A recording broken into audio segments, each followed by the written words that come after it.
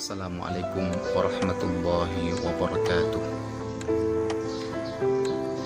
Alhamdulillahi wa kafa billahi syahida. Allahumma salli ala sayyidina Muhammad wa ala alihi wa sahbihi ajma'in, amma ba'd. Sahabat yang dimuliakan Allah subhanahu wa ta'ala, insyaallah besok kita akan merayakan Hari Raya Idul Fitri tahun 1441 Hijriah, yang mana hari itu adalah hari spesial bagi kita umat muslim, karena hari itu adalah hari kemenangan. Setelah 1 bulan penuh kita melaksanakan ibadah saum, kita mengerjakan amal-amal soleh, kita memberi bantuan kepada orang lain,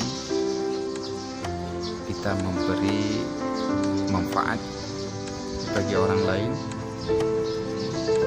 Terlebih lagi situasi kita saat ini sangat memprihatinkan, di mana semua orang itu sangat membutuhkan uluran tangan kita.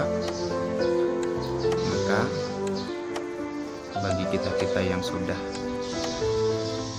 mengulurkan tangannya untuk membantu mereka-mereka yang membutuhkan, kita doakan semoga diterima oleh Allah Subhanahu wa ta'ala dan akan menjadi sebuah tabungan di akhirat nanti. Amin ya rabbal alamin. Berbicara tentang lebaran, maka kalau kita melihat sejarah lebaran yang dikerjakan oleh Rasulullah SAW adalah lebaran yang sangat indah. Membuat hari lebaran itu adalah hari-hari yang sangat unik. Kenapa? Karena dalam satu kisah begini, yang mudah-mudahan nanti kisah ini akan menjadi sebuah inspirasi bagi kita, sehingga kita dapat mengikuti jejak Rasulullah SAW. Pada suatu ketika di sebuah sudut kota Madinah, ada sejumlah anak kecil yang sedang asik bermain dengan memakai pakaian baru, dan mereka sangat bergembira, loncat sana loncat sini, tertawa bersama. Terlihat senyuman-senyuman manis di bibir mereka. Itu menandakan bahwa mereka sangat gembira. Tapi tidak jauh dari sana ada seorang anak yang sedang bersedih hati, yang sangat berbeda dengan mereka. Anak ini tidak bergembira, anak ini tidak memakai baju baru, dan suasana hatinya sedih. Kemudian datang seseorang laki-laki yang sebenarnya dari tadi sedang memperhatikan kegembiraan itu, dan juga sedang memperhatikan anak yang sedang bersedih hati tersebut.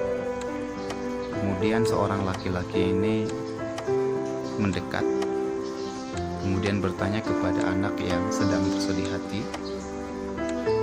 "Wahai Ananda, mengapa engkau tidak tampak seperti mereka? Mereka itu bergembira, mereka itu ketawa ketiwi, senyum manis di bibir mereka memancarkan keindahan." Kemudian anak tersebut menjawab, "Wahai Tuan," dengan berurai air mata dia mengatakan bahwa, "Aku ini adalah orang yang tidak memiliki pakaian baru, dan aku ini tidak mempunyai seseorang yang akan membelikan pakaian baru untukku." Lalu dia menangis. Lelaki tersebut mendekatinya, kemudian memeluknya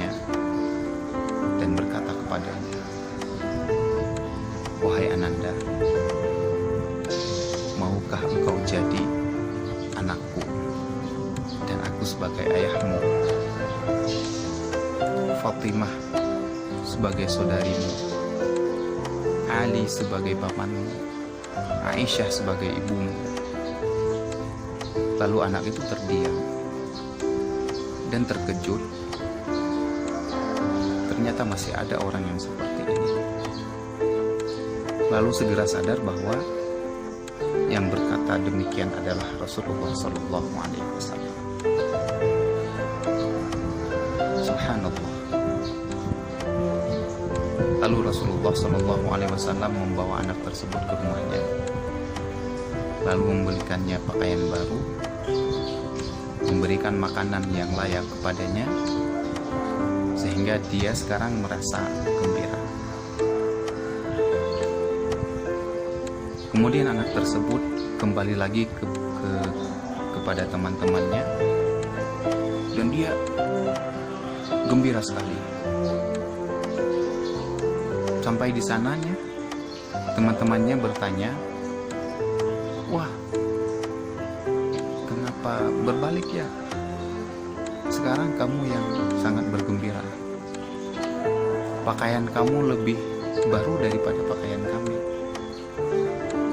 Penampilan kamu lebih tren daripada kami." Betapa tidak? Anak itu menjawab, "Aku dulu lapar, tidak punya pakaian baru, bersedih di dalam keramaian, dan sekarang aku tidak. Sekarang aku sudah mempunyai ayah yang sangat baik. Beliau memberikan aku pakaian baru, memberikan aku makanan yang layak, memberi aku kesenangan lahir dan batin." Dan malah itu membuat teman-temannya yang bergembira tadi membuat iri hati. Masya Allah, sungguh beruntungnya anak ini yang menemukan Rasulullah sebagai ayahnya. Sahabat yang dimuliakan Allah Subhanahu wa Ta'ala, maka anak ini pun hidup bersama Rasulullah SAW beberapa lama. Kemudian suatu ketika Rasulullah SAW wafat, dan dia pun menangis sejadi-jadinya di atas pusara Rasulullah SAW dan mengatakan, "Hari ini sesungguhnya aku sudah kehilangan ayahanda yang sesungguhnya. Hari ini aku telah kehilangan orang yang sangat kucintai dan mencintaiku." Dia menangis. Kemudian Abu Bakar tiba. Abu Bakar mendekatinya dan mengatakan kepada anak tersebut, "Wahai Ananda, aku bersedia menjadi pengganti ayahmu itu. Aku akan melanjutkan apa yang dahulunya diperlakukan kepadamu. Kau jangan bersedih."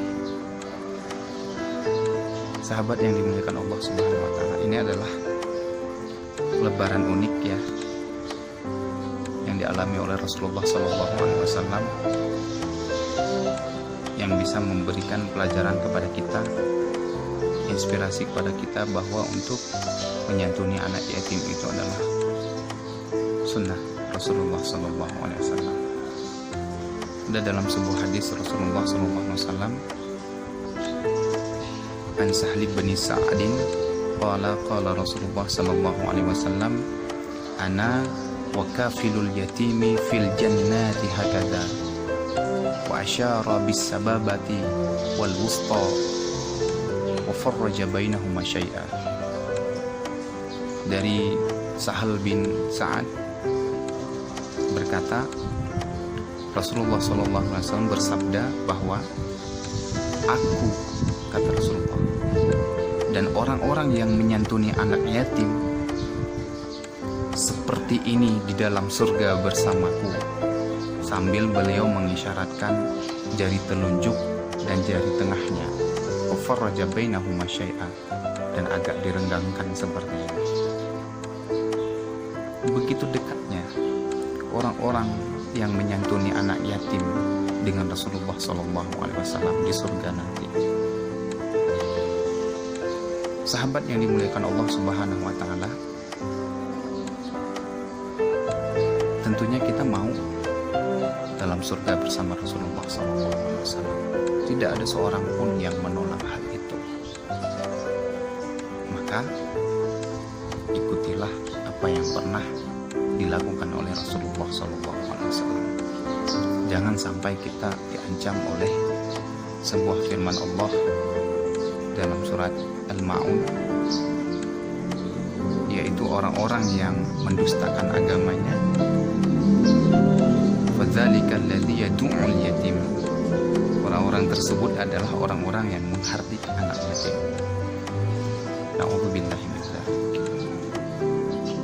Orang-orang yang tidak memperdulikan anak yatim, orang-orang yang apatis terhadap anak yatim, sementara dia memiliki kelebihan, sementara dia memiliki kemampuan untuk hal itu. Na'udzubillahi min dzalik. Sahabat yang dimuliakan Allah Subhanahu wa Ta'ala,